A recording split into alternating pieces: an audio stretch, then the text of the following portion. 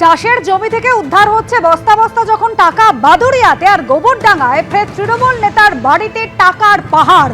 গোবরডাঙ্গায় গ্রেফতার করা হয়েছে তৃণমূল নেতাকে, উদ্ধার হয়েছে 27 লক্ষ টাকা এবং প্রচুর গুলি। আমাদের প্রতিনিধি সমীরণ পাল এই মুহূর্তে রয়েছেন আমাদের সঙ্গে টেলিফোন লাইনে। সমীরণ, এই তৃণমূল নেতার বাড়ি থেকে যে প্রচুর টাকা শুধু উদ্ধার হয়েছে তা নয়, 650 রাউন্ড গুলি পর্যন্ত উদ্ধার হয়েছে।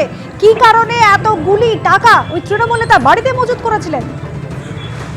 দেখো, এখনো পর্যন্ত স্পষ্ট নয় ওই তৃণমূল নেতা যিনি উত্তর চব্বিশ পরগনা জেলা পরিষদের পরিবেশ এবং স্বাস্থ্য দপ্তরের স্থায়ী সমিতির কর্মাধ্যক্ষ অজিত সাহা এবং তার ভাই সুজিত শাহ, এদের বাড়ি হচ্ছে মসলন্দপুর এলাকায়, যেটা গোবরডাঙ্গা থানার অন্তর্গত।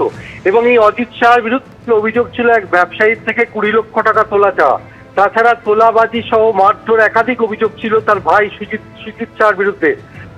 গতকাল রাতে গোবরডাঙ্গা থানার পুলিশ অজিত শাহকে প্রথমে অভিযোগের ভিত্তিতে গ্রেপ্তার করে, পরে সুজিত শাহকে গ্রেপ্তার করে। সুজিত শাহর বাড়ি থেকে নগদ 27 লক্ষ টাকা উদ্ধার হয়েছে, 260টি কার্তুজ এবং 60টি খালি কার্তুজ উদ্ধার হয়েছে।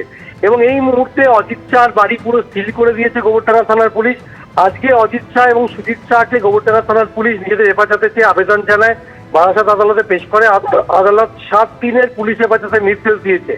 এবং এত পরিমাণ টাকা, 27 লক্ষ টাকা এই জেলা পরিষদের কর্মাধ্যক্ষ অজিত শাহ কোথা থেকে পেলেন সেটা নিয়ে প্রশ্ন উঠেছে। এবং সেই উত্তর জানার জন্য 7 দিনের হেফাজত চাওয়া হয়েছিল।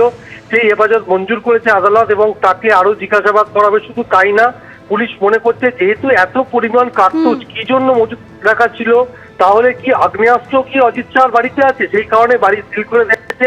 সেই বাড়িতেও তল্লাশি চালানো হবে বলে পুলিশের পক্ষ থেকে জানানো হয়েছে। ধন্যবাদ সমীরণ।